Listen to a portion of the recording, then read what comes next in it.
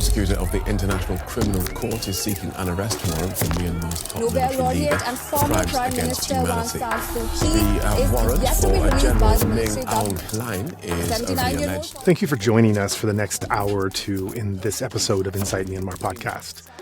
In an age of nearly limitless content, we appreciate that you're choosing to take valuable time out of your day to learn more about what is happening in Myanmar. It's vital for this story to be heard by people around the world, and that starts right now with you.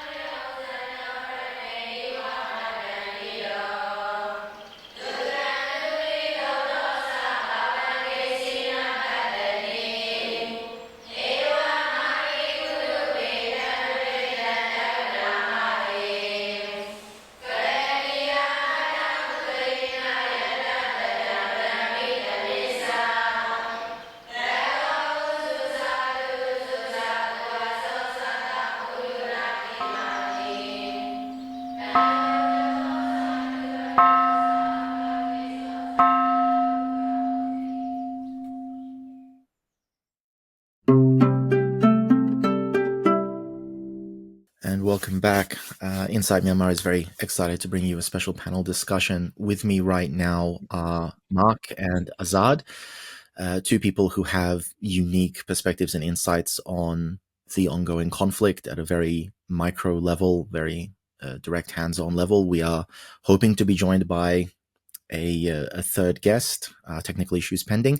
And I also have the privilege of being joined by previous guest of the channel, Anthony Davis, who will be providing some additional context and some penetrating questions if and when appropriate. So, Anthony, I'd like to start with you and just give you the floor to introduce yourself for those of our listeners who, by some miracle, may not yet know who you are and be familiar with your work.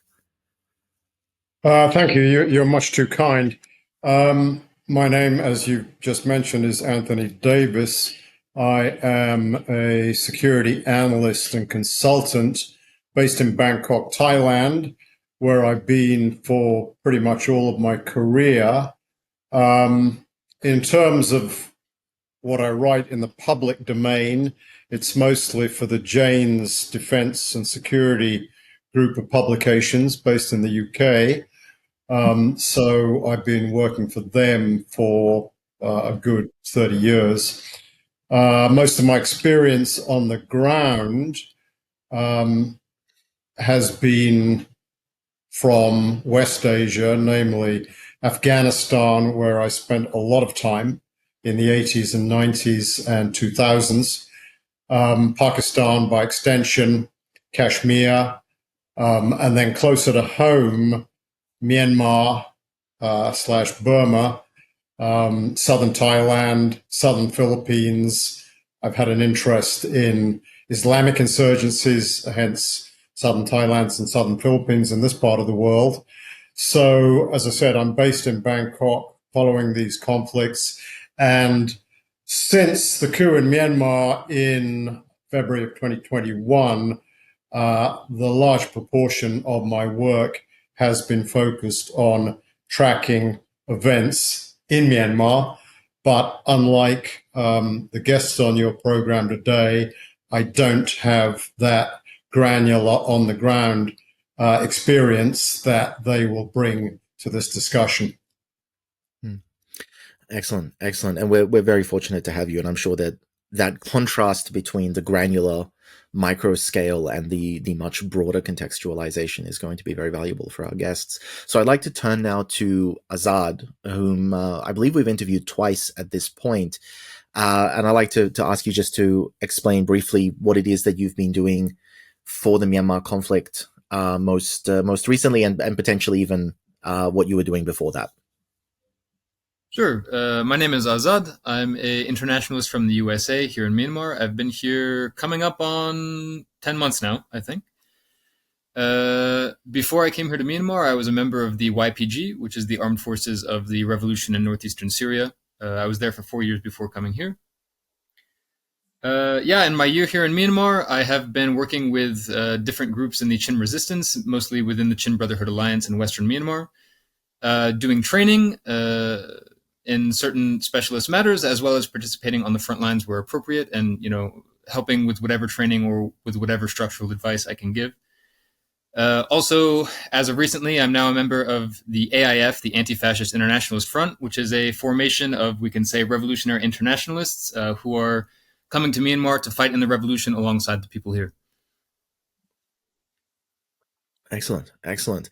And turning then to Mark, finally, can you do the same and briefly explain your involvement since the coup and the expertise that you brought? Yeah, so I believe I became involved sometime in April of 2021, and it was really more organic, my involvement, because I was brought in just to answer a few questions. And that at that time, of course, it was still focused on the early peaceful protests and and kind of the uprising that happened in the capital cities just right after the coup. And so my background, just in the fact that I was known by some of the people that were working more closely inside Myanmar and Thailand, and it was just a luck of the draw that my background after university led me overseas, and I spent 5 years in Southern Africa working through about 16 different countries, and I became a professional hunter, and then that led into being an American over there as an asset, and the Department of State asking me to do some things in that area to help stabilize different regions. And so that was kind of my background when I was in my 20s, and so I'd left that a little bit aside, and then getting back into the I guess it was before this was really a known global conflict. The coup had happened, but it wasn't sure no one was sure what was going to play out. And so I've had the honor to be a part of just trying to help and advise and give as much information, technical information with regard to tactics and things like that. And so I have a background in training when I was over in Southern Africa, where I'd gotten to train with the Recce's and then being an honorary game ranger, and then doing the work with the Department of State and getting kind of involved in some of those operations that the U.S. had in Central and Southern Africa. And so that's kind of my background for this project and being brought in early on. And so my knowledge base goes from basically early 2021 into mid to late 2022. Absolutely. And so I appreciate that experience that you're bringing, the knowledge that you're bringing. And I want to start with you, Mark, and I want to ask you about the framework that I'm hoping we can have this discussion within. And that is what I perceive, but please correct me if I'm wrong, but what I perceive as a 4-layer structure that sits on top of conflict, such as the Myanmar conflict. And that is the tactical layer, the strategic layer, the logistical layer, so obtaining things and getting those things to people who need them, and then ultimately the highest layer, which I refer to as the home front, and that would be whoever is running an insurgency force or a military force, having to have the economic power, having to have the industrial power, and having to have the manpower and the public support to continue their operations. And I'm wondering if you can elucidate a little bit on how you see these 4 layers affecting the conflict in Myanmar and affecting the ability of the Tamado to continue their operations, and likewise how they affect and potentially limit the resistance forces. With regard to how I saw things as I entered the picture, as I was kind of analyzing the information that was coming to me originally. And one of the things when you talk about tactics is the conflict has gone so long and the tacticians are so widely spread. So the different ethnic organizations that have been, in conflict, directly associated with their desires. And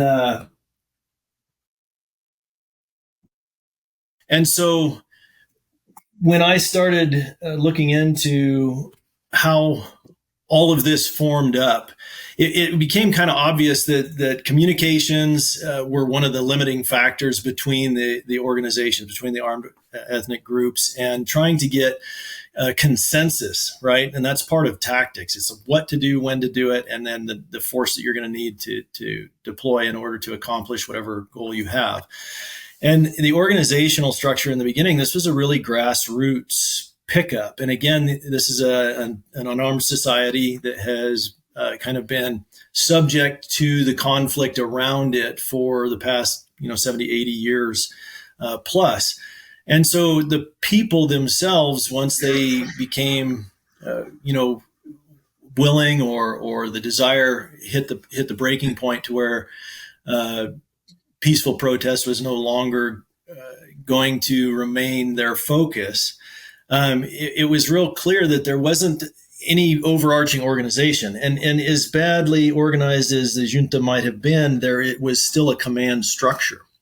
And so the effectiveness of being able to deploy communications and command structures and really were a challenge for organization as this movement grew from being strictly or more strictly peaceful protests, civil disobedience, into more conflict. And I remember the discussions being, weeks, if not months, about the negatives and the positives of going through that conflict. And I think the understanding, it's so hard to grasp when you're in that space, when there's no knowledge base about how to organize, even weapons, tactics. We talk about those things. When you talk about tactics, it's everything from small consortium tactics where you have small groups, 3 to 5, 5 to 10 operating, and then you have the larger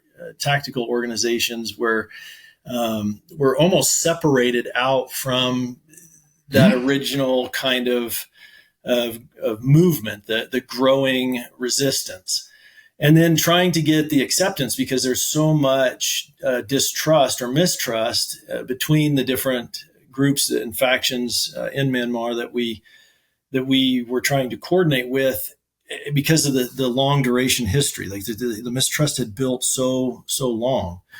And so tactically, it was taking sandbox, child's play kind of up against an organized force. And so trying to relay the hazards of going down that pathway and having people understand the duration of beginning a civil conflict, an armed conflict like that, was very difficult. And tactically, there was the reliance on a lot of the ethnic organizations to accept and adopt these displaced people that were coming to join the resistance that had been bolstered up by the resistance that they'd found from the junta, and it kind of pushed them into these areas to seek out not only arms but training. And so in a country where there was no general training of a large portion of the population in any type of conflict, it was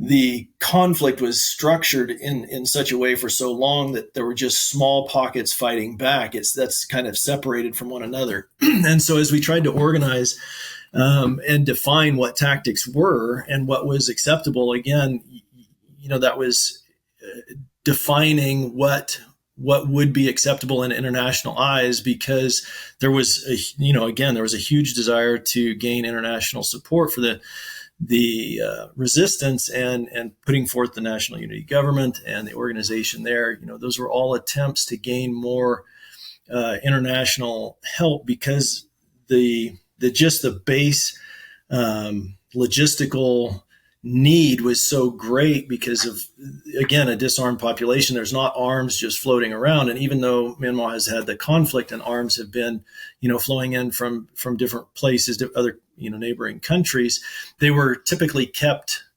in small locales. And so again, starting from the ground up, you're starting with, and I know relating this back, but more urban,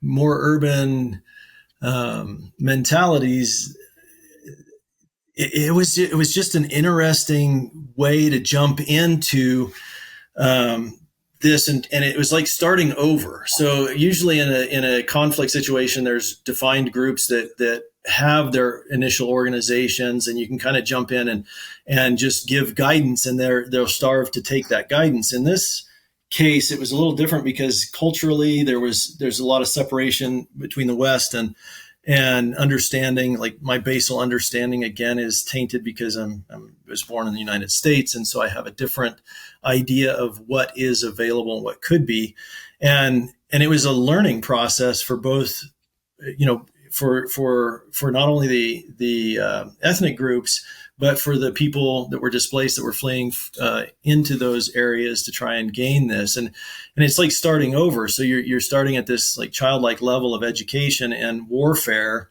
that is so foreign to a certain, group of people that you really do have to start at the base and then build that up, and the time lag that takes, and the understanding. It's not just like it is on the movies or TV, and there's so much media out there that puts this false idea of what conflict looks like really in real time. And so tactics, that was one of those, we started with sticks and stones. The groups started literally with sticks and stones to try and gain some sort of recognition by the ethnic groups, that this was a serious, that this was serious, and the people of Burma as a whole were now standing in resistance instead of just ethnic minority groups. And so tactically, it really is a challenge to get through that initial level of introduction of what this is going to look like, and then the language barrier in and of itself, between the groups and who could understand what, and then the translators that were being used to pass information. It's like, well, was the information truly passed as it was as it was given? And there was a lot of that mistrust in that, and that we can see, communications have expanded in the year or so that I've kind of been more in the background in this conflict.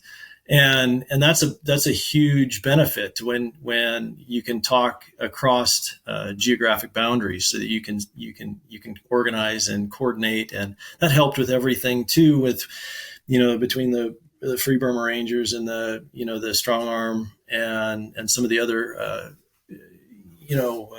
humanitarian groups that we were helping with. They also recognized those same limitations, and in bringing that technology up to speed was a long duration stint. So that's part of your tactical arrangement too, is a strategy, and you have to have an overarching strategy that is accepted by your cooperators. And that was a struggle, and it may still be a struggle. I didn't see a whole lot of movement in the positive when I was involved, but just months after, I kind of had to step back a little bit. I could see and watch that there was definitely more coordination and more unification of the alliances against the junta, and that in and of itself, strategically being able to communicate with one another on a routine basis, that's a big deal. So because familiarity, with your surrounding resources and what their conflicts look like, and so that you can share the burden, so to speak, and that you're not isolated and in your own your own independent conflict, which is demoralizing. Whereas now we have much more communication, much broader communication and information sharing. And that helps with the strategic side of what to do. Like where are we going to focus resources, in what areas, and who is willing, and then getting those commitments and trusting those. Again, seeing that from the very beginning start to form up at kind of this grassroots, and then move into the ethnic areas where camps, more training camps were being set up, literally weekly at a time, and then organizing who's doing the training and how that went. And who would be acceptable, because again, we have a difference of, strategies and tactics from different cultural backgrounds and viewpoints and worldviews. And so bringing in Westerners wasn't necessarily the most advantageous initially, because there was a difference in ideology, and again, Myanmar has a very unique, with 130 plus different kind of recognized groups, and it's very, I guess, tribal. If I relate it back to kind of sociological stuff, is tribal warfare, tribal bonds, and tribal bounds, and that has begun to grow into more regional cooperators than it has before. And I think the communication and the ability to understand that you are with others in the same conflict has grown dramatically. And we've seen, the learning curve go way up in the ethnic armed groups and the resistance movement as well. Logistics has always been one of those things that, from the beginning, and I kind of mentioned this a little bit in the pre-talk as we were setting up, the logistics. There's funding for certain things, and there's money available, but getting the people who have their hands on those purse strings to release those funds to actually do good and purchase, and it was so difficult to convince people that once you set up a deal for transportation of goods and materials and things like that cross borders, somebody has to pay for it, and if they don't, it burns those contacts. And that was not a realization that the initial national unity government people that we were working with, it just didn't feel like they understood that if you set something in motion on need, you're pulling in resources of your own contact base. And then when it kind of falls apart because somebody just doesn't want to fund that, they just don't want to release the money. Nothing is free. And there seemed to be a large misunderstanding in the beginning of, well, we need to be saved by somebody outside, and it should just be money pouring in or resources pouring in to help us, come and help us. And it's like, well, you're getting some funding in a civil conflict, and internationally that's frowned upon to come in and start messing with another sovereign nation in civil issues. And there was some misunderstanding about what could and could not be done by international communities. Now, that doesn't mean that you can't break rules and things like that. And of course, the United States is king of breaking some of their own rules. But in this instance, I was just looking at reports. We're in the 4,000 to maybe 6,000 civilian fatalities.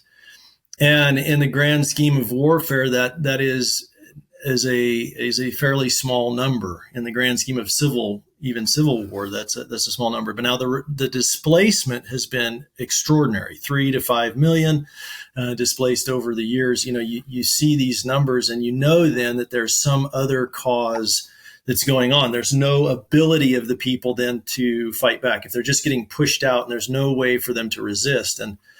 And so logistically, I think and I believe we've talked about this in the past, but there's almost a cultural idea that if I'm not going to get exactly what I think that I need, then I'm not going to get anything. Like, I'm not going to pay for anything. And that was kind of highlighted by a friend that had come over to the United States. She'd come over from Myanmar and had been in the conflict and been helping the resistance. And she'd given an example of like renting an apartment, and the cost was 5,000 baht, and she'd offered 4,800 because the place had been empty for 3 years, and the owner simply would not take. They would rather take nothing than 4,800, and that sounded off in my experience there, because it was like, if I don't get exactly what I have in my mind, then it's a no-go, even if it means I have nothing after that, right? And that was highlighted many, many times in working with these groups. It was like, well, this is what can be done. Well, that's not what I want. Well, that's what can be done. And it was hard to explain that.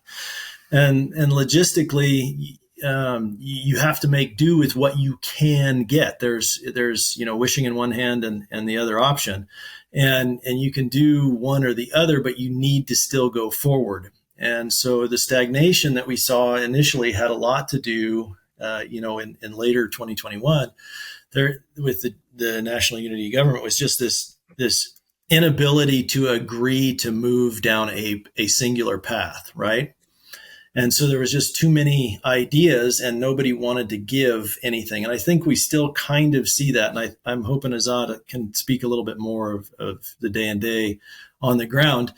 If those sentiments have started to shift or if he's seen different alignments. But in the initial start of this, again, there was a lot of desire to have assistance, but not a lot of trust to gain that assistance, that this is what we can do. This will help you. We can bring this in. No, that's not what I want. I want, 50 BMGs. And I'm like, well, you're not going to get those. Right. And so,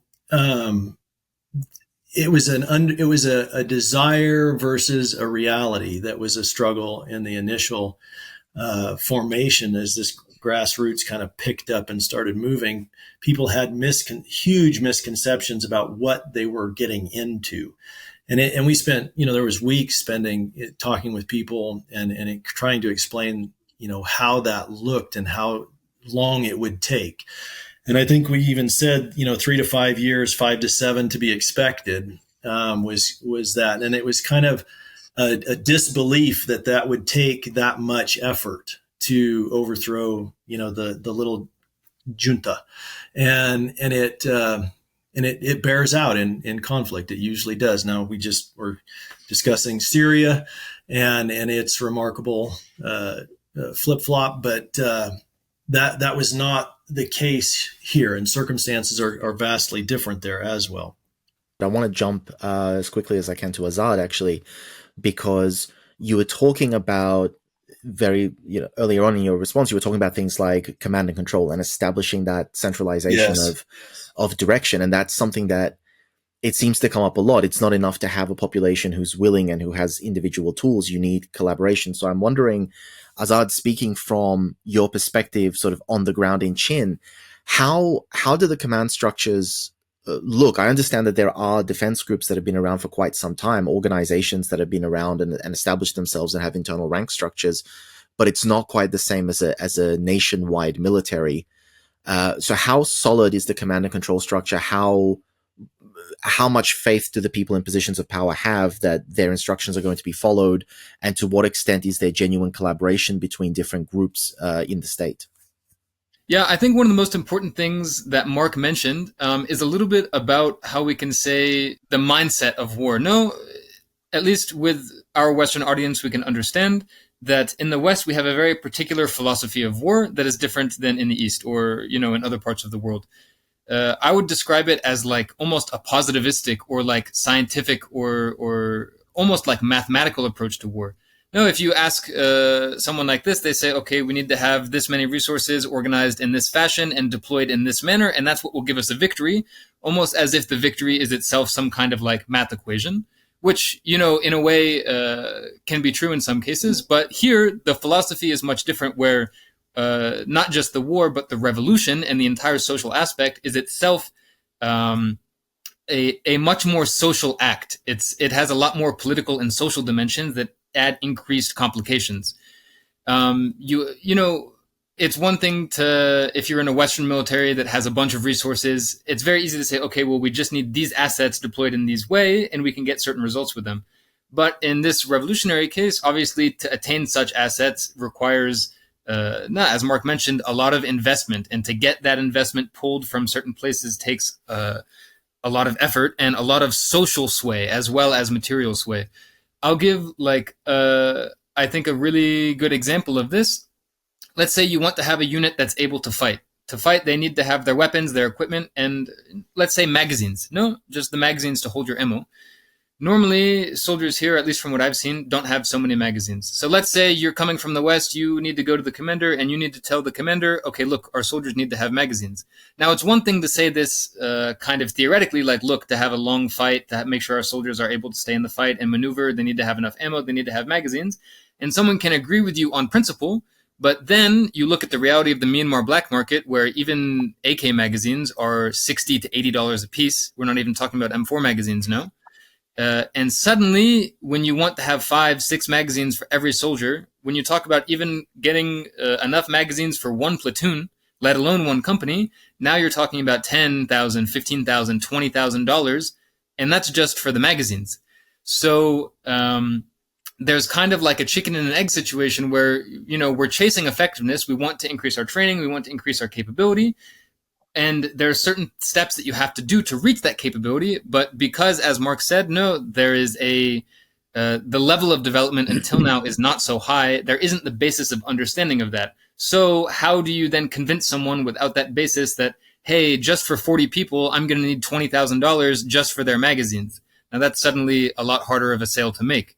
But I think I'll give another example to where this has kind of worked in a positive light. If you remember the first episode that we recorded, I was at that time fundraising for a thermal for our group. And since that thermal site came, we got it for a couple $1,000s.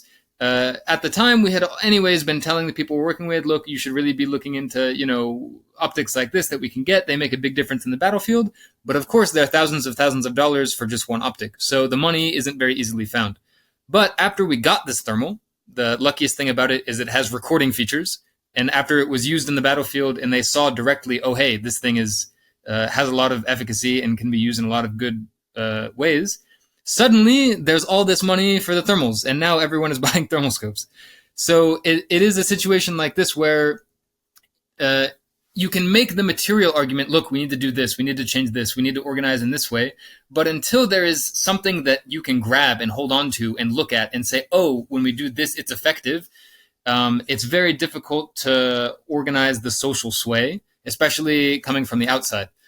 Insofar as command structure and collaboration, I think, as Mark mentioned, there's hundreds and hundreds of groups in the country. And even here in Chin State, there's dozens of groups. Right now, I am around the Chin Brotherhood operation areas. And in our battles, we're fighting with more than a dozen groups all working together. Of course, the groups in Chin Brotherhood, but also alliance groups from Sagaing, from Magway region, and from elsewhere coming and fighting alongside us. On one hand, obviously, it is a very good sign that many different groups from all over the country are working together for a common goal. Now, Chin Brotherhood officially has alliances with the BPLA, as well as with the Arakan Army. You know, two vastly different organizations, as well as all of the different groups within Chin Brotherhood who are working together. These are all really good signs. But at the end of the day, when you get onto the battlefield, there's not so much to be said for the efficacy of 12 different groups, each working with their own varying level of training and equipment and philosophy and something like this. Of course, going forward, if you look at the war in a mathematical sense, then obviously the answer is to consolidate and to come up with unified structure and logistics and strategy. But there's a lot of, as we said, social dimensions that make that not even I don't want to be pessimistic on that, but there will be a lot of roadblocks towards that direction. I think with Chin Brotherhood specifically and Chin State, we're seeing a lot of positive developments in that direction, where it's not as much of an influence block as much as it is a legitimate alliance of different military groups all around Chin State.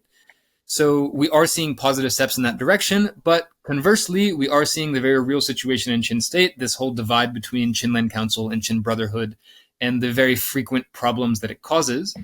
And also I won't say roadblock, but the inhibitor to the speed at which progress could be achieved against the junta. So there's definitely things to be said, both optimistically and pessimistically about the varying groups that currently exist. But of course, the most effective mathematical way to go forward would be as much consolidation and as much professionalization as possible against the junta would, undoubtedly bring results. But the question is, what is the most pragmatic and practical way to achieve that going forward? Absolutely. And it's that very strange chicken and egg situation of funding that seems to exist everywhere. You need to already have the thing in order to demonstrate why you needed to have the thing in the first place. But I want to open the floor here. Anthony Davis, do you have anything to add or any follow-up questions you'd like to ask? I know there's quite a lot of information there, and I'm just wondering whether you have any thoughts. Let me make a few sort of overarching comments, some of them perhaps obvious, but I think really important to put on the table. What makes the whole Myanmar situation different and difficult is the fact that this is, as Mark was pointing out initially, this is really a grassroots from point zero revolutionary struggle. And that is sort of unique on two fronts. One is there was no, and still is not, any revolutionary party that could attempt to actually pull things together. So when you look at most sort of revolutionary struggles in the post-World War II era, you will see that they are led by a revolutionary party, be it in Vietnam, be it in China, be it in Mozambique, wherever we're talking. And that has been lacking in this instance, because clearly the NLD, the National League for Democracy, which was taken down by the coup, is not a revolutionary party. It's a parliamentary party, which has now been essentially decapitated and largely destroyed on the ground. So that's one level at which this is extremely difficult.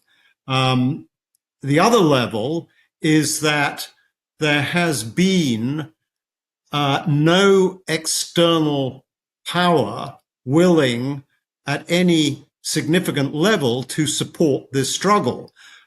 So all of the neighbors, be it Thailand, China, India, Bangladesh, none of these countries are prepared to actively support the struggle. And that's quite unusual, because if you look at, again, revolutionary struggles that have occurred in the post-World War II era, you will usually, in terms of the successful ones, see a neighboring power willing to support this revolution. And, you know, my own direct experience is very much in the 1980s in Afghanistan, where, again, Afghanistan was following the Soviet invasion in December 79. This was a spontaneous grassroots struggle involving hundreds of different local groups, different tribal groups, different ethnic groups, a group in every valley, a group in every town, right? Very much the same sort of spontaneous reaction to an event imposed on them, which the society revolted against. However, what you saw in the first 2 years, year and a half, 2 years in Afghanistan, was Pakistani military intelligence coming into this struggle and essentially knocking heads and saying to various groups, look, 30, 40 different groups represented in Peshawar, inside Pakistan on the border, that's not going to cut it, guys. If you want to have a viable fight in the coming years, we're only going to put up with 7 groups, and that's how it's going to be. And you're going to have to work with us on that basis. We understand that there are differences in the country, inside Afghanistan, and we will accommodate those differences in 7 different mujahideen, was the term used then. Obviously, we will accommodate 7 different groups. That's it. Anybody else is out of the picture. And we will fund and channel supplies only to those 7 groups. As a result, all the plethora of different groups inside Afghanistan had to ally with one of those 7 groups based in Pakistan dealing with Pakistani military intelligence. Therefore, you had a consolidation process. So if you were a commander in northern Afghanistan, you would be probably allied with one group based in Peshawar, and you would send your guys down to that group. There would be an office in Peshawar. You would knock on the door. You would say, we need this, that, and the other in terms of ammunition. You would wait around a couple of weeks, and the Pakistanis would basically provide what they saw as a suitable amount of ammunition or amount of weaponry, whatever, and it would be taken back inside. So the overall point is that in Myanmar, the problem is there has been no consolidation process other than that which the NUG is still attempting to impose on this array of PDFs, of Bamar, ethnic Bamar PDFs inside the country. So broadly speaking, in Myanmar, there has been two wars being fought. One war has been fought by ethnic groups, right? Kachin in the north, TNLA in northwestern Shan state, Karen, Chin, where Azad is right now, Rakhine, etc., Karen on the Thai border. And those groups have been, at the beginning of the fight in 2021, they already had a significant degree of military organization, experience, and know-how.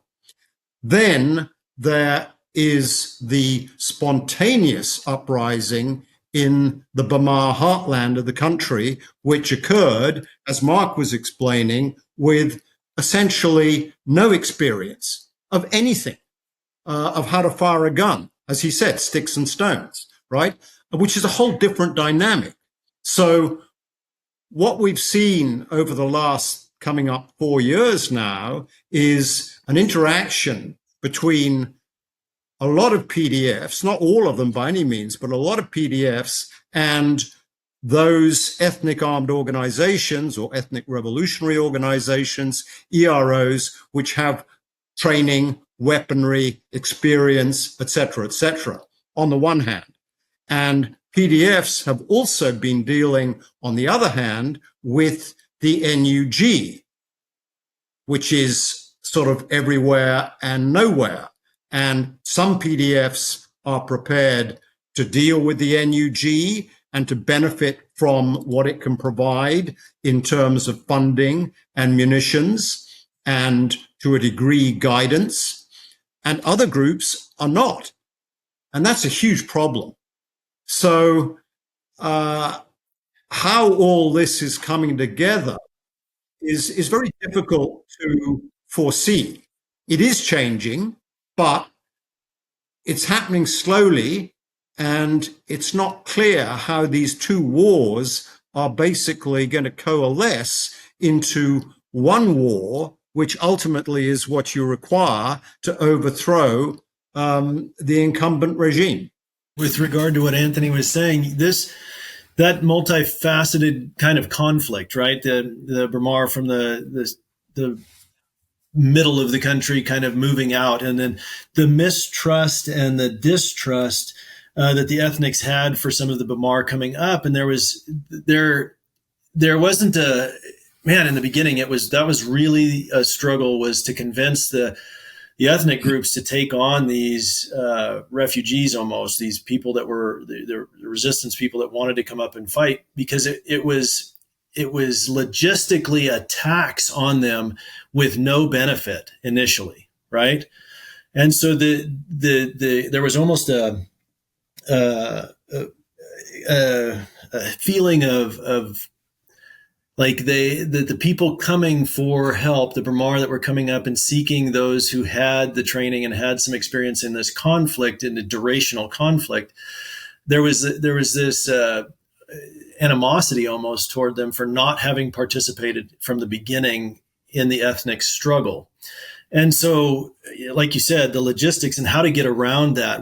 I'd like to, again, hearing more from what's on the ground today, going on. If they're seeing those cooperations, and I know Azad talked a little that it's improving, but these are barriers that are very much there. And in the beginning, again, I go back to communications. All of these things really depend on open communication. And geographically speaking, Myanmar is a very difficult place to get signal across just because of the terrain structure, especially as you get further into the north. And that's, again, why the ethnic groups, kind of migrated up into those as they got pushed is because it's, as you've mentioned in Pakistan and places like that, the fighting in that type of area and being able to resist insertion into your territory is so much more attainable for small forces, guerrilla warfare and things like that. And so getting past the mistrust and the distrust, and then Mr. Davis, the cultural aspect of this too. And when you talk about the neighboring countries, somebody has to come in or seeing some entity come in and provide a unification. It's not in the best interest of some of their neighbors to do that. Now we're seeing the drug trade and things like that starting to spark, in the last year with Bangladesh and India becoming concerned with regard to what's coming through. And so we see foreign actors using Myanmar, and the conflict is just kind of a pawn to get their own way. And in prior conflicts, like you said, like some neighboring force would come in, and the problem is the West has been in my opinion, again, I say it's a problem, but it's just my view on things, which is quite limited. But the view that the West should come in, that was like such the appeal, and the West is so far separated. And the cooperation, again, talking with CIA entities that have been in country and out, and assets and things like that again, you show up in country with a solution that nobody wants to accept. And then you're your aid is rejected. And that again goes to this kind of misunderstanding of what conflict means, and back to what Azad said with regard to this idea of how this should work, and culturally speaking, the deep wounds that are between the ethnics and the Burmar, and trying to heal those in a unification. I'd be interested to hear Anthony's idea or with regard to a nation that would be suitable to provide such logistical guidance, I guess, that would be accepted, because again, there's the mistrust of the neighboring countries that goes pretty deep in Myanmar, just from Cambodial history, Khmer Rouge history, and the driving of the different tribal groups out. Yeah, I guess the problem is essentially, as far as let's call it the Myanmar Revolution is concerned, is that none of the neighbors have an interest in seeing what they regard, arguably incorrectly, as the primary pillar of national stability, namely the Tatmadaw, the military, right? That's their default position. And it doesn't matter whether you're talking India, China, Thailand, or Bangladesh.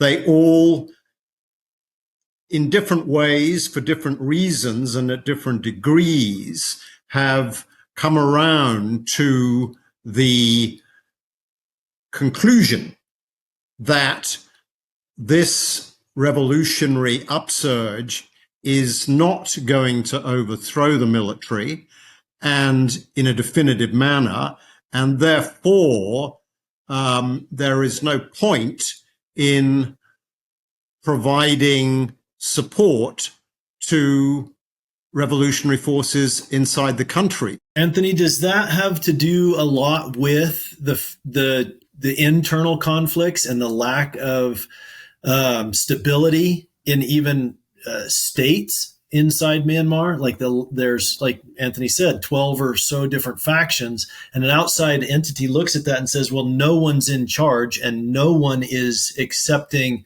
no one's organized in a bulk group that we can get behind, because there's so much internal, we would be organizing to bring materials in, and one group would steal the other group's materials that were being brought in and kill the people that were bringing them in, even though they were on the same side.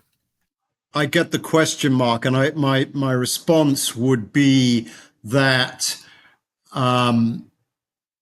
the primary initial mindset on the part of all the neighbors is that this is, by definition, a very complex, ethnically complex and divided society, right? You've got all these different ethnic groups based, in border areas around the Burma heartland. So by definition, it's complex, and therefore it requires a stabilizing agent at the center. And that traditionally, historically, since pretty much independence in 48, that has been the Myanmar military. They have acted in that manner, and they have become, the neighbors have become used to seeing them as providing that glue, if you like, that holds the place together. Therefore, there is a fundamental reluctance to entertain the idea that they could or should be overthrown in a definitive manner. And it's only when the situation inside the country has reached the point that it appears there is a prospect of an overthrow that they are prepared to change their basic mindset, their basic policy towards what's happening in Myanmar. So clearly what you saw after 1027, after the ethnic offensives that began in October 23, right, October of last year, and continued pretty much up until the present, through most of 2024, up until now, China suddenly realized that these successes, in which you had revolutionary forces, a mixture of ethnic and PDF Burma, threatening Mandalay, the country's second biggest city, that represented an existential threat to what they saw as the pillar of national stability, which guaranteed their interests and objectives, namely the Tatmadaw. And only then did they come down very firmly on the side of the Tatmadaw. That's where they are today. The Chinese shifting of position in the last few months has been very clear, very marked. Thailand is much more, it's a traditional Thai mindset. They tend to bend with the wind, to follow the trends of the month or of the moment more. So Thailand still maintains good relations with the junta, and at the same time, obviously, a lot of different revolutionary elements are living and operating quietly under the radar inside Thailand, which is obviously the Thai authorities, the Thai military are fully aware of that. So it's a slightly different dynamic. But the basic point here is that only when the internal dynamic reaches a point that it is becoming indisputable that this regime, this Tatmadaw regime, is coming down, only then will you see some neighbors, and Thailand is probably the most important player here, actually being willing to lean in actively, proactively being willing to lean into the way that this is going. So as long as it's uncertain, and it's very uncertain now, Thailand will maintain this sort of balanced approach to what's happening, right? China has already made its decision. They're going to go with the military full on, to the extent, as we're all aware, that they're basically threatening large EROs like the TNLA, MNDAA, and even the Arakan army. They're threatening them with sanctions if they continue to fight. So, the dynamics here are different. But basically, I mean, the fundamental point here is that this revolutionary struggle is on its own. And that is pretty, in historical context, that's pretty unusual. The West cheers from the wings, but is not prepared for a whole raft of issues that we don't need to get into here, is not prepared to push the envelope on this in any meaningful way, either diplomatically or let alone in terms of providing support.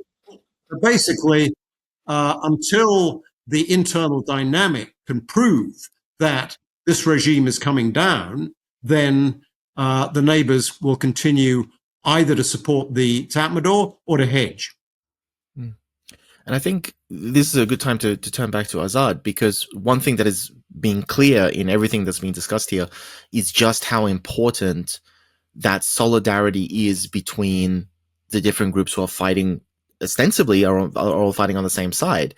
And Azad, I know that there's a very high degree of, comparatively speaking, of collaboration and cooperation within Chin, as you were discussing previously. What I'm wondering, however, is, do you have any insight as to the interaction between the various Chin-based resistance groups and the national unity government itself? Is there any real strong line of communication? Is there any line of support and logistics? I would imagine it would be a very, very tall order for any of the Chin defense groups to turn around and say, we swear fealty to the national unity government. I think that would be pretty extreme. But I wonder to what extent is that relationship there, and to what extent is that relationship being shown to external stakeholders who might be looking on? Sure. So that in itself is a huge can of worms, like not just to talk about the NUG and the NUG's position in Myanmar, but specifically in Chin State. Again, as an outsider, I'm giving the understanding that I've come to have collected based on people I've been around. Excuse me if there are some factual errors, but this is my understanding. In the beginning, when the NUG formed the NUCC, the National Unity Coordinating Council, or rather vice versa, I believe the NUG was formed out of this council.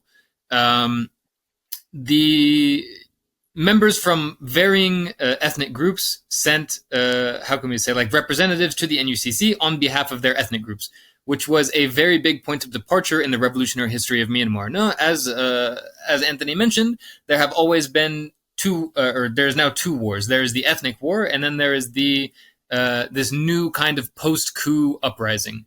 So the formation of the NUCC, in the inclusion of these representatives from ethnic groups, marked a very big departure from the previous revolutionary history of Myanmar.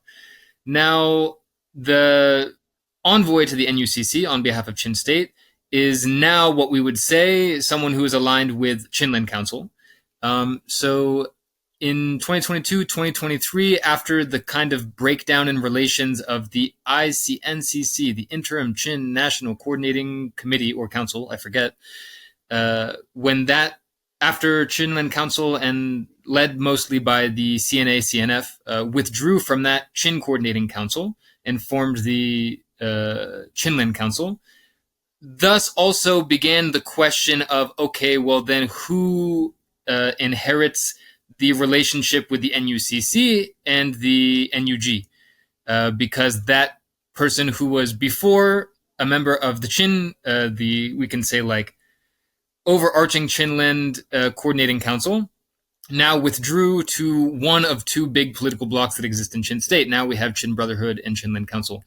So I would say functionally there is an impasse. But from what I've seen, the influence of the NUG in Qin State has always been relatively limited.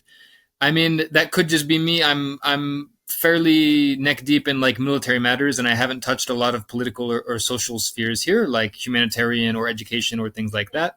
But at least as far as I can see, interaction with the NUG is limited to occasionally there is like stipends given to help cover ammo. I was under the assumption, or I'm under the understanding that a while ago the NUG sent some drones to the to certain CDF resistance groups. But the degree to which there is any kind of like strategic cooperation or collaboration, I'm not under the understanding that there is any kind of strategic collaboration other than the mutual understanding that we're fighting against the junta, and the NUG is in the unique position to be able to coordinate some kind of supplies and aid and things like this. But insofar as any kind of like direct working relationship, at least from what I've seen, I haven't seen anything to too high of a level. What I can say, however, is that on the civil side, I am aware that things are being done. Like, for instance, the NUG has their alternative schooling system, as well as certain NGO programs for medical aid and things like this. To my knowledge, there is some degree of collaboration on that front. That's very heartening to hear. And I mean, the fact alone that there isn't animosity between the NUG and the various Qin groups is itself, I think, a very positive step. And the fact that there is this type of interaction is something that gives us some optimism. I do want to look at the more granular level because I want to take advantage of the knowledge that you have and the experiences that you've had while we've got you here. And eventually I'd like to bring Mark in to see if we can identify any differences and any changes in the way that the military has been operating. So I'm wondering whether you can give us a bit of an overview of the Tatmadar's operations and strategies and tactics, such as they are in Qinland. I understand that at this point in the revolution, especially in the liberation of Qin, the Tatmadaw is very hamstrung and is very limited in what it can accomplish, but it is still doing quite a bit of damage. It is still killing both combatants and civilians. So I'm wondering if you can sort of elaborate on what they're doing, how frequently they're doing it, and what tactics do they rely on most frequently, whether it's artillery shelling, mortars, aerial bombardments, or just surprise raids to achieve their goals. Yeah, last time we talked, fighting was ongoing in Falam, Mindat, and Tantlang. As of just 2 days ago, recently in Mindat, the Qin Brotherhood operation is completed, and the remnants of the SAC soldiers in Mindat either surrendered or were captured, which is obviously like a very big morale boost for everyone. And in fact, after the defeat of the base in Mindat, in neighboring Kanpetlet, which everyone assumed would be kind of like our next step, like the next battle after Mindat, the entire SAC garrison actually ran away. They got in their cars, they loaded everything up, and they ran away back to the plains areas, to their main bases, in anticipation of a future operation. So really, we're seeing that now defeats are coming, and maybe not at the speed that some people would like to see, but they are coming. Now in Falam, the fighting is still ongoing. No, what we're seeing is, of course, they're able to supply themselves. They still have the advantage of their air force. They still have the advantage of their heavy weapons and artillery. But ultimately, their ability to fight is not good. I can say that. Their advantage of having a very high elevation, isolated, and well-entrenched position is definitely there. But in every instance in which we've met in, we can say, open battle, as well as some attempts by the Tatmadaw to reinforce via helicopter, bringing in extra soldiers, have been resoundingly defeated. And I can't go into too many details, but we can say that when they are actually engaged in combat, they are unable to leverage the advantage in material that they have. No, the extra equipment they have, the functionally unlimited amount of bullets and bombs that they can throw at us, their willingness to fight and their, I would say, level of training also renders that advantage that they have fairly useless. And I'll give a brief example. We were on a front line. The distance was very close. They were shooting 40 millimeter at us, and it seemed like they had no clue how the 40 millimeter works. They were shooting it like mortars, and they were landing like 200 meters behind us. And in another example, they brought helicopter reinforcements. The people they're bringing for reinforcements are militia members, which seems to imply that they are somehow running out of conscripts or running out of their own soldiers that are stretched thin across the country. They are trying to bring together whatever they can to delay their defeats wherever they can as long as possible. But wherever they're engaged in one-on-one direct combat, they're losing, and they're losing very badly. They're routing, leaving their guns, leaving their wounded, leaving their equipment, and running away. So, yeah, now Mindot is victory. Campelet, they have left. Falam, we believe the victory will be coming very soon. I don't want to, mention anything specific to jinx it, but the situation is very good. Tant Long battles are also still going, which really, after this series of battles, means that only Hakka and Tedem, the two largest towns in Chin State, will have any kind of SAC presence remaining in them. And when you have a state full of thousands and thousands of rebels, and you have only two military bases that have maybe one company or two companies at best, then the math doesn't support your position for very long. Something had stuck in my mind as a question for Azad and for Anthony with regard to selling democracy. And I know this is going to be a very Americentric kind of idea, but democracy has a lot of different forms. And for a minority group, straight democracy is not advantageous. And it's like the West has bastardized that word democracy, and we've forgotten that there are consequences to democracy without guide rails around it. And I say it's Americentric a little bit because, again, we're a constitutional republic, a representative democracy. And it seems like and I've seen this in the, it's plastered globally in the news, democracy, we need this. Democracy is everyone gets a vote. That means the majority rules. And you can see how the ethnics are looking at the processes that are being pushed forth as we're going to give the Burmar power once again and have nothing.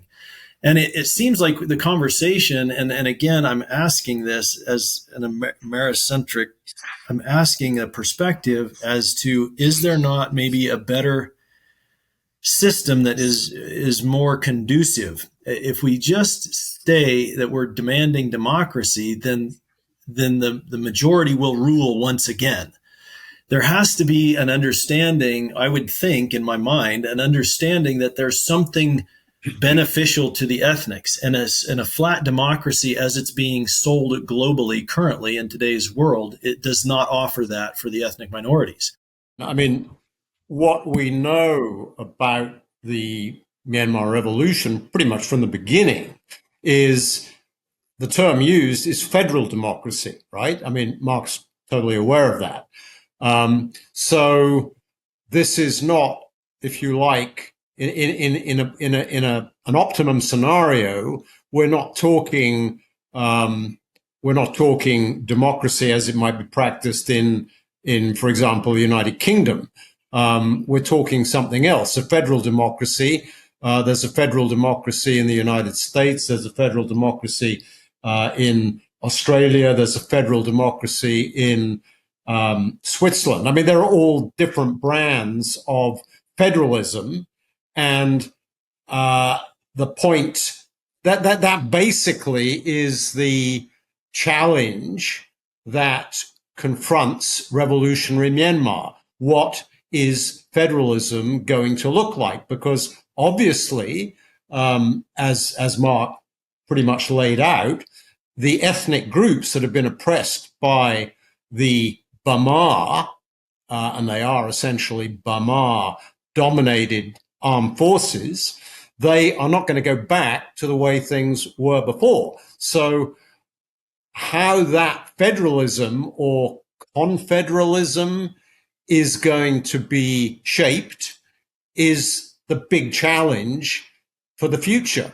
And the opinions of, for example, the Karen are going to be different from what Tun Myat Naing head of the Arakan Army and the United League of Arakan are looking at. So, and then the Kachin have their own ideas about what a federal democracy would look like. But so far, it appears that none of these different ethnic groups are saying outright, we want out. We're looking at independence. So they're all essentially acknowledging the need to stay under a Myanmar roof. How they achieve that is going to be, as I said, the big challenge for the future. So I don't think Mark need worry too much that the ethnics, who essentially now hold the whip hand, right? Power right now in Myanmar is primarily in the hands of ethnic revolutionary organizations. Most obviously the Arakan Army, the Kachin Independence Army, the TNLA, MND, etc., the KNU. So they hold the power. They're not going to go back to the way things were before. I think for us in the West, from a political perspective, the state and the nation and the country and the people are all to us synonymous. But from a real revolutionary perspective, we can look at a lot of places in the world and realize the state is actually, in best case scenario, not so necessary. And if you're someone like me, or if you're someone like a lot of revolutionary people all over the world, you believe the state is actually a negative actor in this circumstance. So, no, there's a lot of approaches going forward. For instance, you have the NUG approach, which is a reformed federal government, which removes the power of the military from the equation. But some people are seeing this kind of as like, what you mentioned, an American system, where it's just, okay, it's just going to be Western liberal democracy that is going to have elements of ethnic participation. Now, if you contrast that with the BPLA, for instance, which is also the Bamar People's Liberation Army, which is itself a Bamar ethnic group. And in fact, some people are even calling them like a Bamar ERO to make an analogy with the existing EROs in the country.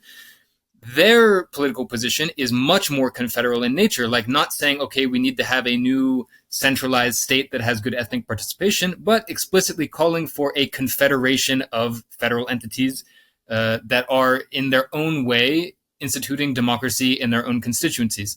Now, of course, I think that is, at least for me personally, one of the big political motivators that brought me here to Myanmar, because at the end of the day, we're not fighting for a Western democracy or the reinstitution of a democratic state. What we're fighting for is the removal of the influence of the military junta and the institution of the will of the people, however that in the end will constitute itself.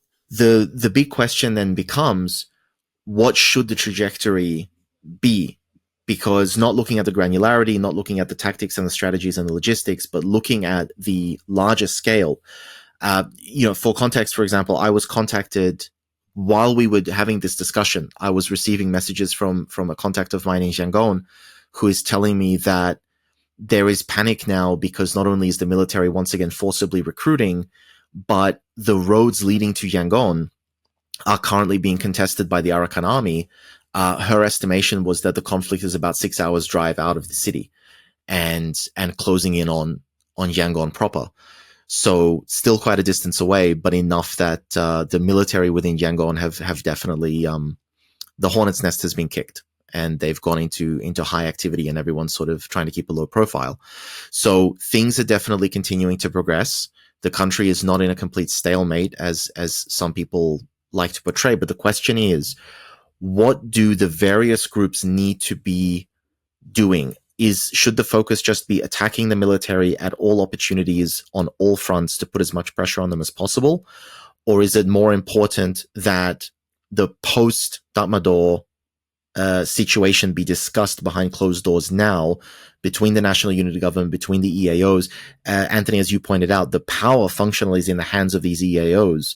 And that's something that the National Unity Government has to reckon with. So I'll first throw the floor to Mark, just because you've been around in those early nascent days looking at the development of these PDFs and the creation of an armed Bamar non-Tatmadaw force. I'm wondering what your thoughts are. What should the PDFs be doing and what should the EAOs be doing to ensure their success? What should their focus be? In my mind, it's kind of simplistic. I think communication between them needs to be facilitated, and that needs to be a priority. Broadband communication across the country between the EAOs, and opening those channels of communication across geographical boundaries where there's difficulty in coordination. And I say that not flippantly. I really believe that, 25% or 50% of the effort should be driven toward, in my mind, and again, Azad's on the ground, he'd know better, but needs to be driven toward that cooperation. I mean, literally liaisons between the different groups need to be set up that are trusted, that can be worked with. And that has to expand. And in the early days, we were trying to push the Meshtastic networking technology up into Myanmar and trying to get that to take a foothold so comms could be better. And now we have, of course, Starlink mobiles that are much better. And I mean, money-wise and expenditure, coordination is going, in my mind, in any conflict, is the necessity. Coordination and communication. You can do a lot on, onesie twosies, small groups, bands, small fighting forces can cause havoc. But in order to secure and hold ground and do it effectively, logistically soundly, you have to be able to communicate, and you have to be able to do that with entities that you understand are on the same sheet of music as you are, and you're coordinating those efforts first, locally, then small regionally, and then you start expanding that. And again, trying to communicate the necessity of that cooperation and the sheer requirement of it in order to succeed in a fashion that's recognized as stable has to be in place before, in my mind. And that's, again, kind of a single individual's perspective. That's kind of, I would be focusing on that coordination and communication. Honestly, the bonds between the smaller groups that are fighting together build bigger bonds, build more trust, more successes. I'd like to both agree with Mark and push back a little bit. I don't think at this stage in the conflict, communication between different groups that want to be in communication is any problem, right? Senior members of the NUG's Ministry of Defense can talk with senior elements in major EROs more or less whenever they want to, and on a regular basis. So the problem is not communication at this point. It may have been 3 years ago, but not anymore. The problem is organization. And what I think is worth considering in this context is the fact that today in Myanmar, you have as I said before, two wars. What you've seen particularly in the last year, in the ethnic borderlands is a more or less, let's say, semi-conventional war of movement, right? In which major operations have been taking place. And we've seen this in Shan State, we've seen it in Kachin State, and most particularly and dramatically in Rakhine State. So this is a war of movement, a war of movement and a semi-conventional war. Then in the heartland, in the Bamar areas, what you have is a war that is pretty much still stuck in guerrilla mode. This is the mode that Mark described as emerging in 2021, right? Small groups forming, getting hold of weaponry, linking up with the group next door, conducting hit and run operations, defending their villages against Tatmadaw incursions, hence the term People's Defense Forces, right? Now, ultimately, this conflict in Myanmar is not going to be concluded satisfactorily until the Tatmadaw is defeated in a conventional or semi-conventional manner in the heartland, because the heartland is where the major urban centers are and the major lines of communication. So what is required is for the heartland resistance to move from guerrilla mode to where the EROs are in the borderland, which is essentially conventional mobile warfare. And that is not a simple process. It's going to take, in my assessment, at least the coming year, 2025. If my preferred vision of what might happen in terms of the resistance moving successfully in the coming year is to see, with the help of both the NUG and the NUG in coordination with key EROs, the formation of regular units in what I might call PDF land, in the Burma heartland. So they cease to be PDFs and they move to a higher stage of warfare that the ethnics have already achieved, and in some cases achieved 10, 20 years ago. So only when that happens is there a prospect of actually defeating this military, because you're not going to, they will not be able to defeat the military in hit and run guerrilla mode, because you're dealing with a regular army with a unified command structure, communications capability, etc., etc. So at the end of the day, to defeat an army, you need an army. And right now, in the Burma heartland, that army has yet to be formed. Yeah, I mean, I would totally agree. Look, just from the math, in Chin State, there's probably more than 20 different CDFs aligned either with Chin Brotherhood or Chinland Council. In neighboring Sagaing, let's take the city that's closest to us in Chin State, Kalay Mu. In Kalay Mu, there's probably 6, 7, or 8 different PDF or CDF or groups operating in and around Kalay City. Just north of Kalay, there's Temu Town, which has 2 or 3 different PDFs and rebel militias working. In Magway region, there's a dozen different PDFs. Just in our immediate operational area, there are dozens and dozens and dozens of groups. You put all these groups together, all of their guns, all of their arms, all of their men, you steamroll the junta. I mean, it's not even a question. Like the tactical, strategic, the equipment, the logistics, the public support. If you're looking at this from like, okay, what needs to be done, then of course we can very easily say, look, there needs to be consolidation, there needs to be cooperation, increased levels of training, and properly equipped and outfitted military units that can properly fight the junta. If something like that was established, I mean, it would be almost trivial. It would be almost hilarious, the battles. But I think in every single, in every single place that you look, it's not for nothing that there's more than 20 CDFs. I'm not saying that this is like malicious, but going back to what Mark mentioned earlier about very deep-seated mistrusts and, needing to bridge this mistrust and establish communication. Maybe he didn't mean this in the literal infrastructural sense of like Starlink and something like this, but definitely there is the very real hesitation from two groups, even right next to each other, who are both fighting the junta, who are both putting their lives on the line, and whose comrades are sacrificing themselves every day to fight the dictatorship. There is still a reluctance to talk with each other on certain issues.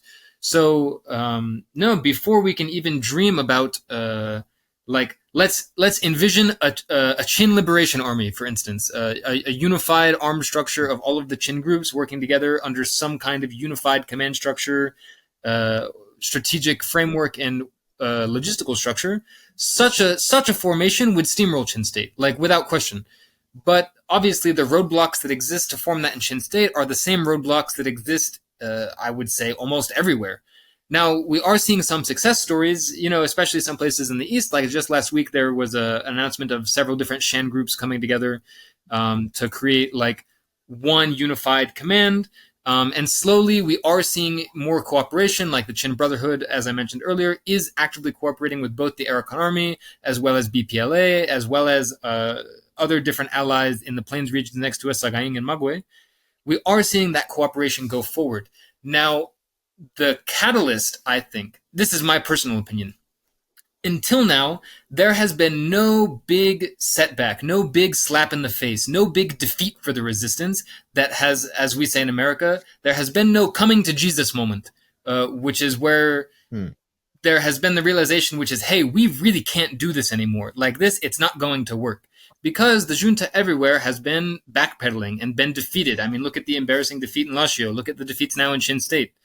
Look at the defeats in Rakhine State. No, everywhere is defeat and defeat and defeat, with what is comparatively, on behalf of the resistance, not really such a developed army. There's lots of weaknesses. There's lots of areas to be improved. But the punishments for having those weaknesses have not been lived, at least to the degree that I've seen, by the resistance yet.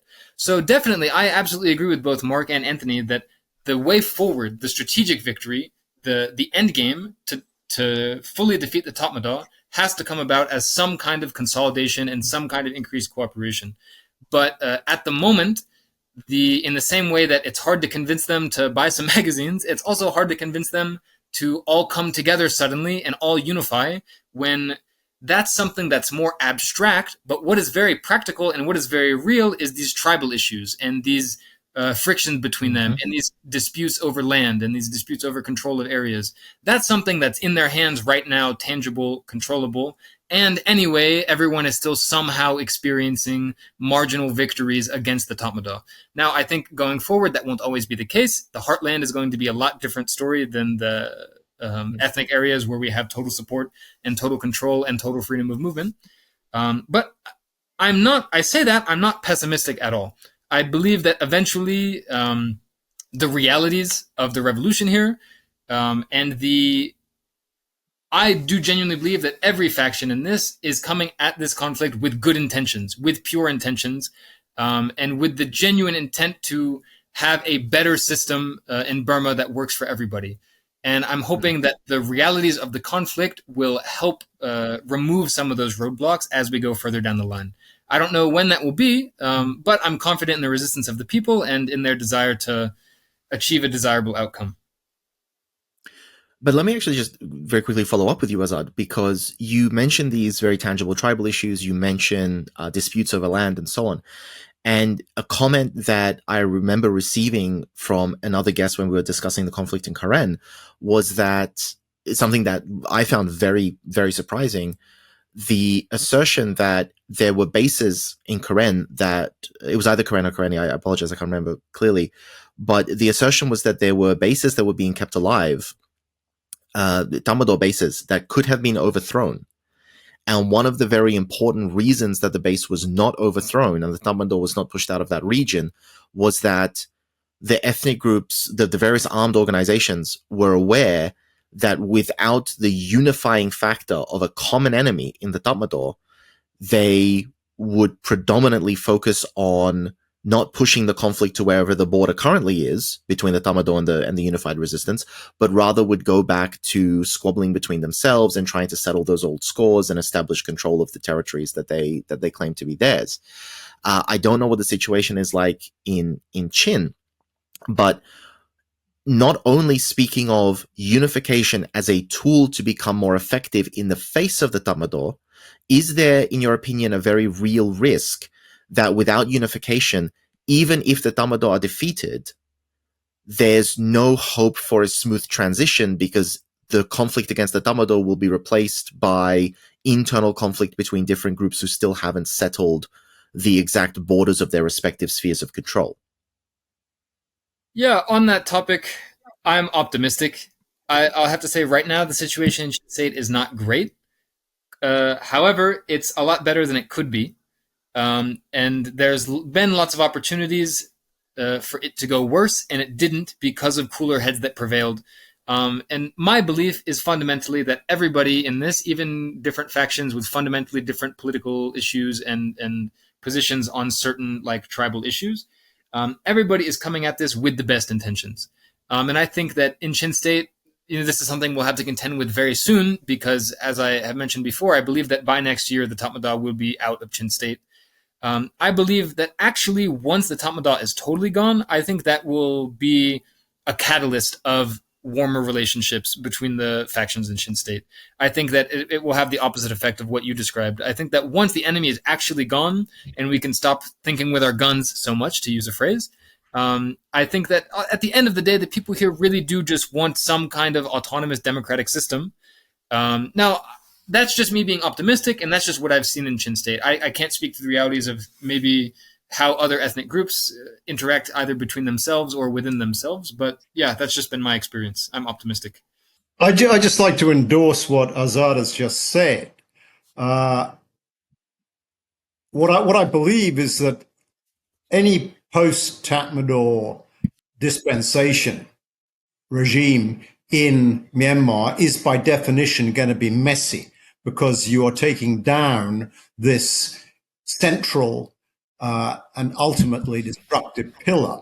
And that is going to require a lot of different groups, both Bamar and ethnic, to make new accommodations with each other. It's going to be a messy process. However, I think the key factor here is that if you look at the situation across the country today, there are no real civil wars in the making that I can see. Now, again, my experience, a lot of it comes from Afghanistan. I saw the collapse of the communist regime very close up in 1992 in Kabul. And as soon as that regime came down, a civil war, which had been sort of bubbling under the surface between different resistant groups, broke out overnight, literally overnight. The situation in Myanmar is totally different. There are no, to the best of my understanding, major groups or factions that are itching to get stuck into each other. Essentially, there is a commonality of purpose, which is to bring down this military regime. Once that's happened, there will be a messy process of sorting out the future. But that's very different from a descent into civil war. I just the encouragement, same thing. I from the start, for Azad's sake, when this thing kicked off, and I started really getting entrenched into the regional conflicts in history, there was very little cooperation between any of the ethnic groups. I mean, we worked with Shan, Chin, Arakan, down into Karenni and Karen, and I mean, it was a struggle. And so to hear you talk the way you are now with regard to the positivity, that's the same positivity I felt going in as I analyzed this whole ordeal and what people were going through and the emotional mental state of the populace and the support and the amount of energy that was being put in by the people. I knew from the beginning that this was going to be a win. I just saw the power struggles, the internal power struggles being so it would be slow to flip. And to hear in just this, 2 years that the headway is being made and more communications, more cooperations and holding ground that we're taking, again, that was something that didn't happen in the early days. The ethnics, when they'd get involved, they'd hit a place and run. And now we're starting to see ground being taken and kept. And so I'm in that positive mentality too. I see this taking, another 2 years to kind of come to that fruition if I'm gauging, human nature correctly.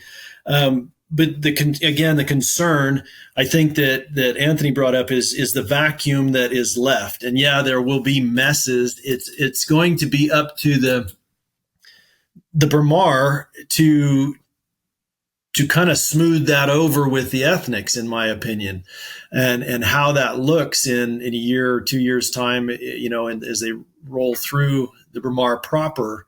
And that conflict will be more Bamar centric because that will be the predominant ethnic group of in the conflict, just because of regionally.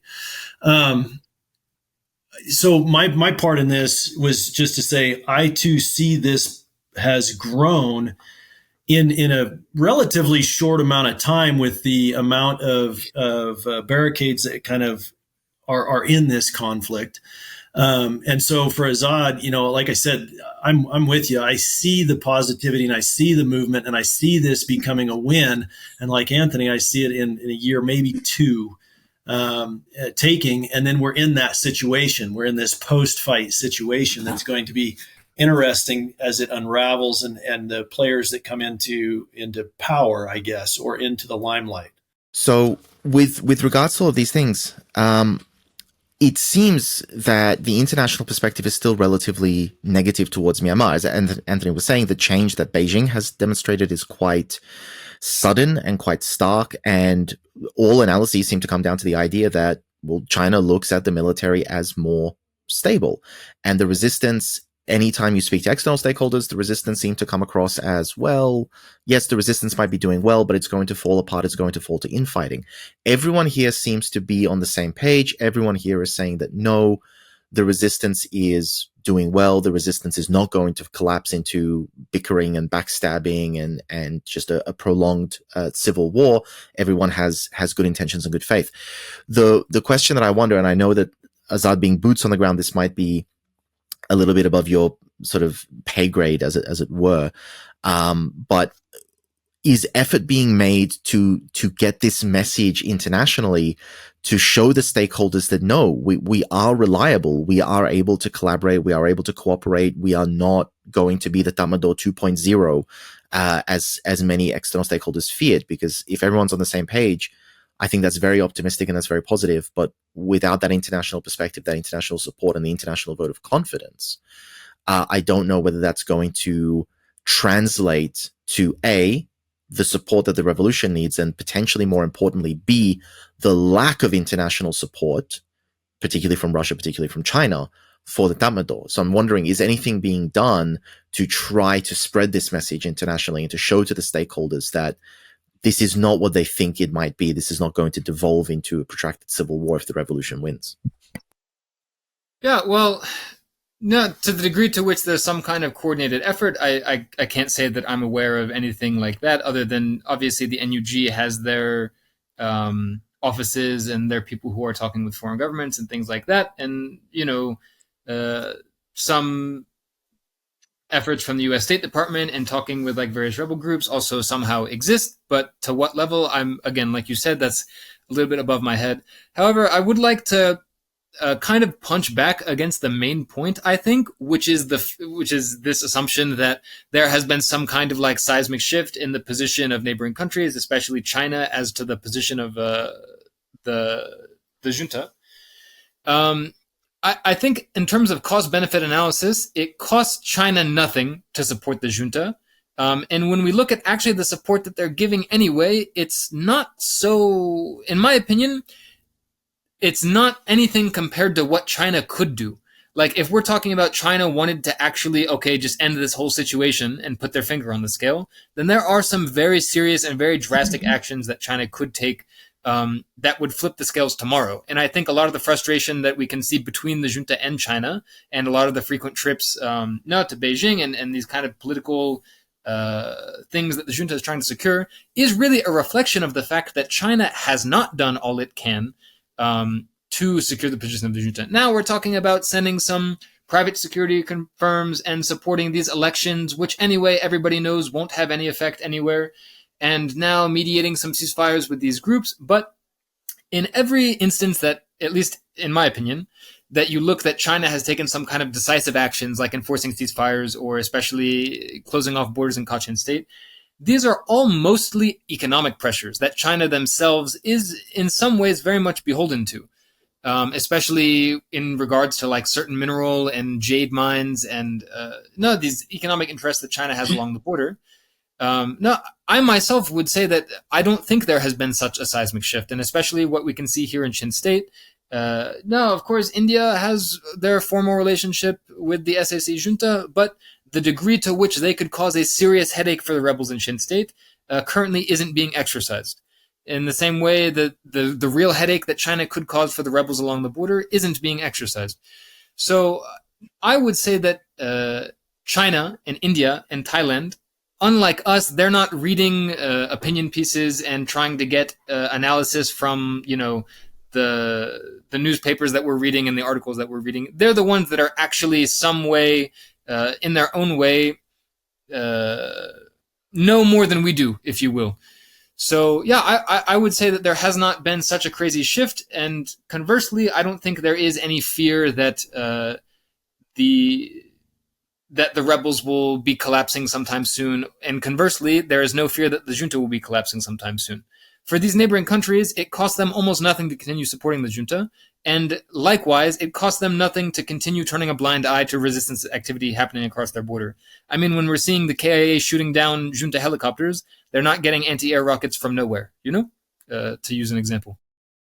Yeah, I think that from my perspective over here, my limited perspective that I have, you can see the global economic system, the global economic situation as being a little bit tight for everybody. Like every country, China is worried about it. Everyone's worried about their dollar and ASEAN and BRICS, and there's just a lot going on.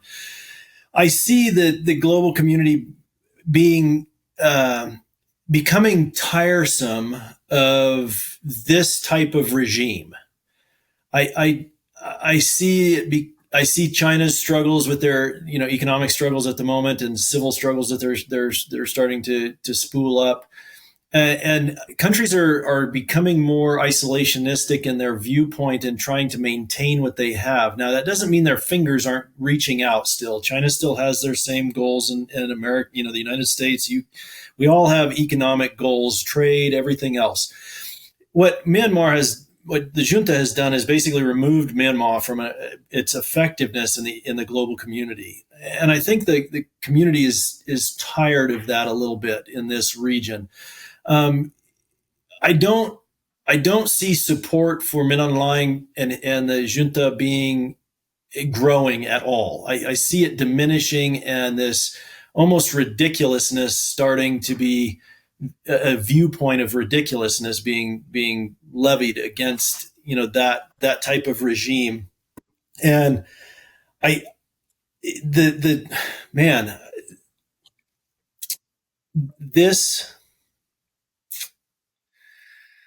their ability to strike and the amount of information that is leaking out and getting away from them, the negativity, the global perspective is negative, and it's not improving at all. So more humanitarian issues will be damned and seen as in poor taste. The more the junta utilizes their firepower, as limited as it is, but still more so than what the ethnics have. But like you said, as you see helicopters go down and planes, and trying to get the drone operators to load those things up like they're doing in the Ukraine and sacrifice them on the airfields was like pulling teeth. They couldn't understand the payoff of a $600 to $800 investment destroying millions of dollars worth of equipment. And so that's changing, that in and of itself. And they're figuring it out on the ground, independent of a lot of foreign action, right? A lot of foreign intervention. And I think that's actually healthier for the conflict in the Burma than it is to be beholden to another power once this goes the way of the revolution. And so the junta's ability to continually strike is being diminished. For one, supply chains are a struggle for them as well. They're limited on who can trade. Now, we are still seeing U.S. trade in Myanmar goods. I have a set of optics here built in Myanmar, contracted and shipped to the United States to a company here. That kind of thing needs to be cut off, wholeheartedly. We discussed this with regard to France and other countries that we were getting, we were seeing parts and things coming into early on.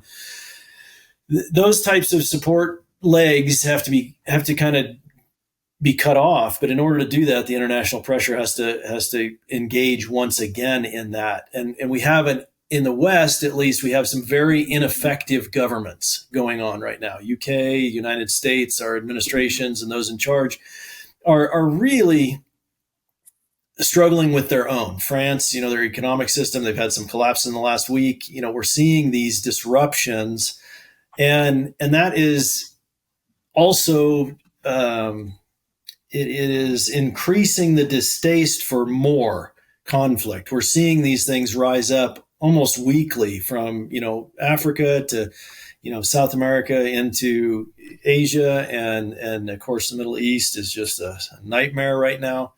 And so the palatability of this continuing is waning, in my opinion. Now, Anthony's going to have a much better read on this because of just who he is. But the ability of the junta to continue this fight for much longer, I do see being hamstrung. Now, that kind of is dependent on China. And see, we were mocked 2 years ago for even suggesting that China would get involved in this. And it was just like a disbelief that there could ever be, that China would side with the junta.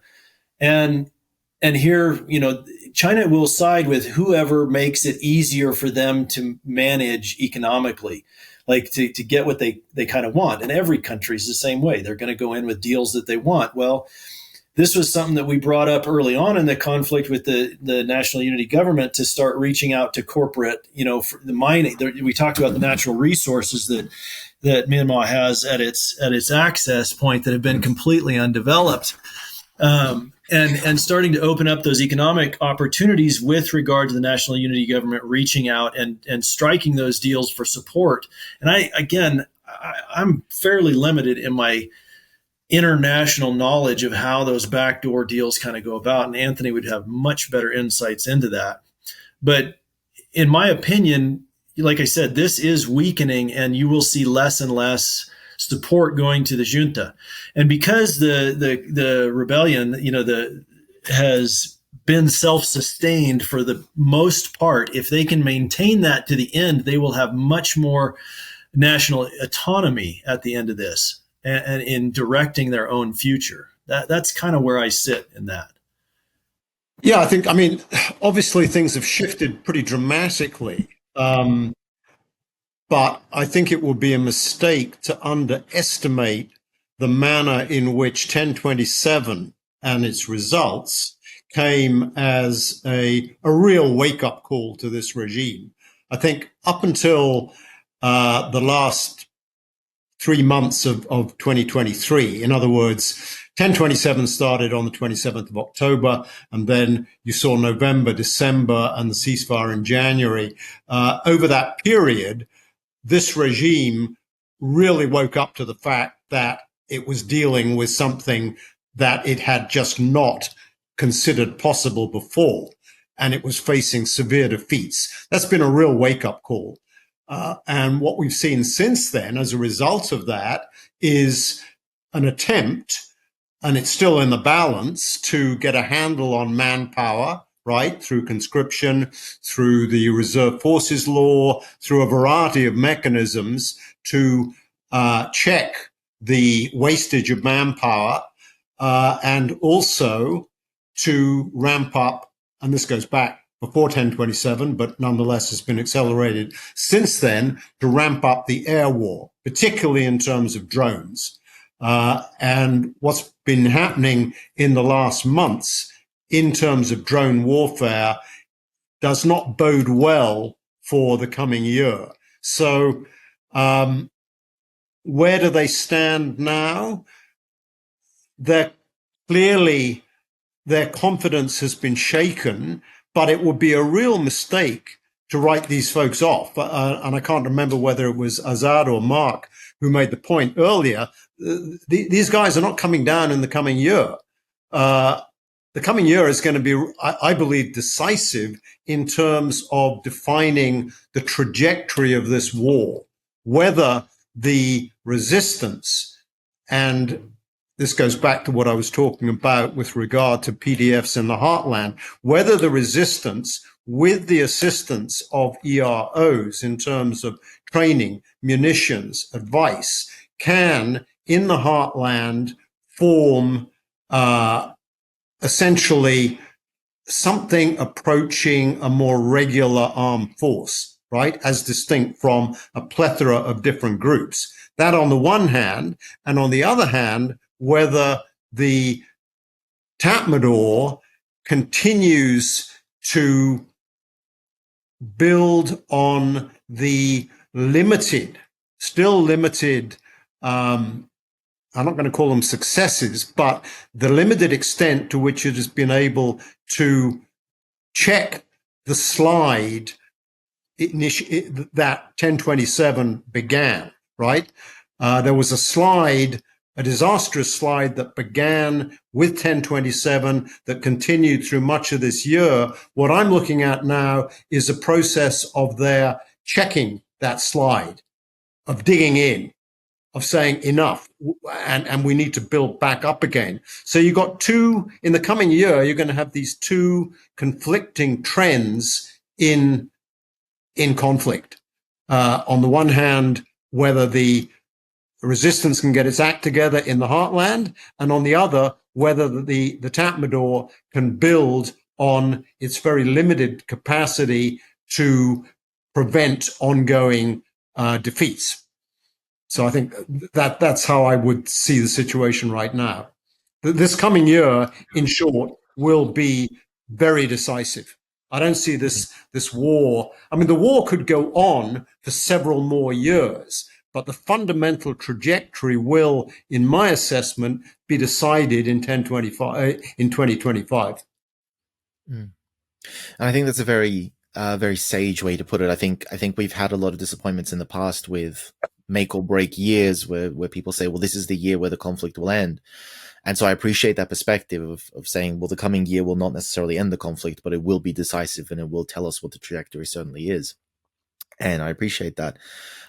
Turning for our final comment back to Azad, I'm sure it might come across as very strange. We're sitting here from our respective countries outside of Myanmar talking about the trajectory of the war, talking about what we think will and will not happen, and you're the one there, boots on the ground, experiencing it firsthand. So I'm wondering, do you have any final comments, any final thoughts on what we've been saying, on what we've been musing about, and anything that you would like the audience to think about? Yeah, I'll just plagiarize my last two closing comments to be not so creative, in that ultimately, if it hasn't been obvious through what we've talked about today, I'm very, very optimistic about the situation.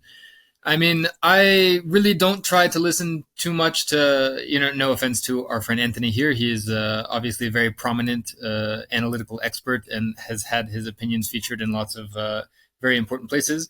But I myself really don't peg so much of my personal emotions about the battle or my perspectives about the revolution to what I consider a very overwhelmingly pessimistic foreign opinion.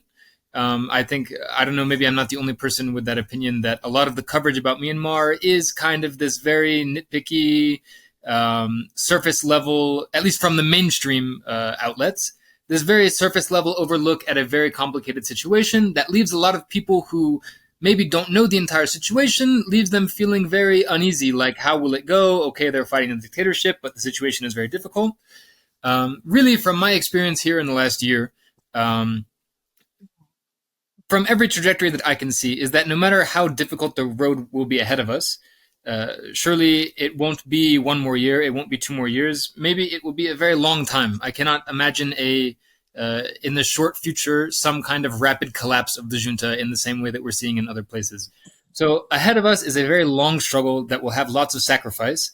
But if I had any kind of overarching message, it's one of absolute optimism. I think what we're looking at here is fundamentally a people's struggle, where across dozens and dozens of ethnic and religious and community lines, people from all different kinds of backgrounds, different class backgrounds, different ethnic backgrounds, coming together universally to fight against the concept of the influence of military in a political system of administration of a people. And obviously, while that will have many, many different implementations and many, many different ways that the water will flow to get to that end goal of getting rid of the military and creating some kind of alternate system. The writing is on the wall that the junta is losing. And while I think it is true that this next year the trajectory will kind of determine the trajectory of the battle will be determined sometime during this next year. It's my opinion that unless there is some kind of serious tipping of the scale, unless there is some kind of angel intervention on behalf of the junta from some foreign power, most likely China, then I do not see it feasible in the long term for the junta to survive. Now, how long that will be, with how much sacrifice that will be, and under what circumstance that will arise, I'm not sure. And of course, we can't predict the future, what kind of intervention will come or won't come. But in our current situation, I can say for anybody who is looking at this very complicated conflict from the outside, if there's one thing to take away, it should be the inspiration from the people who are fighting here for democracy, for a free life, against fundamentally fascism, state control, and inequality. So yeah, I take a lot of inspiration for that for myself, and I hope that other people who are watching also share an optimistic perspective.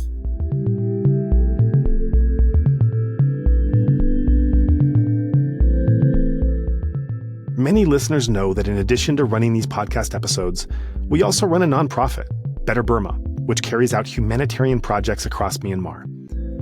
While we regularly post about current needs and proposals from groups on the ground, we also handle emergency requests, often in matters that are quite literally life or death. When those urgent requests come in, we have no time to conduct targeted fundraisers, as these funds are often needed within hours. So please consider helping us to maintain this emergency fund. We want to stress that literally any amount you can give allows us to respond more flexibly and effectively when disaster strikes. If you would like to join in our mission to support those in Myanmar who are being impacted by the military coup, we welcome your contribution in any form, currency, or transfer method. Your donation will go on to support a wide range of humanitarian and media missions, aiding those local communities who need it most. Donations are directed to such causes as the Civil Disobedience Movement, CDM, families of deceased victims, internally displaced person IDP camps, food for impoverished communities, military defection campaigns, undercover journalists, refugee camps, monasteries and nunneries, education initiatives, the purchasing of protective equipment and medical supplies, COVID relief, and more. We also make sure that our donation fund supports a diverse range of religious and ethnic groups across the country. We invite you to visit our website to learn more about past projects, as well as upcoming needs. You can give a general donation or earmark your contribution to a specific activity or project you would like to support, perhaps even something you heard about in this very episode. All of this humanitarian work is carried out by our nonprofit mission, Better Burma. Any donation you give on our Insight Myanmar website is directed towards this fund. Alternatively, you can also visit the Better Burma website, betterburma.org, and donate directly there. In either case, your donation goes to the same cause, and both websites accept credit card. You can also give via PayPal by going to paypal.me/betterburma. Additionally, we can take donations through Patreon, Venmo, GoFundMe, and Cash App. Simply search Better Burma on each platform and you'll find our account. You can also visit either website for specific links to these respective accounts or email us at info@betterburma.org. That's Better Burma, one word, spelled BETTERBURMA.org. If you would like to give it another way, please contact us. We also invite you to check out our range of handicrafts that are sourced from vulnerable artisan communities across Myanmar, available at alokacrafts.com. Any purchase will not only support these artisan communities, but also our nonprofit's wider mission. That's Aloka Crafts, spelled ALOKACRAFTS, one word, alokacrafts.com. Thank you so much for your kind consideration and support.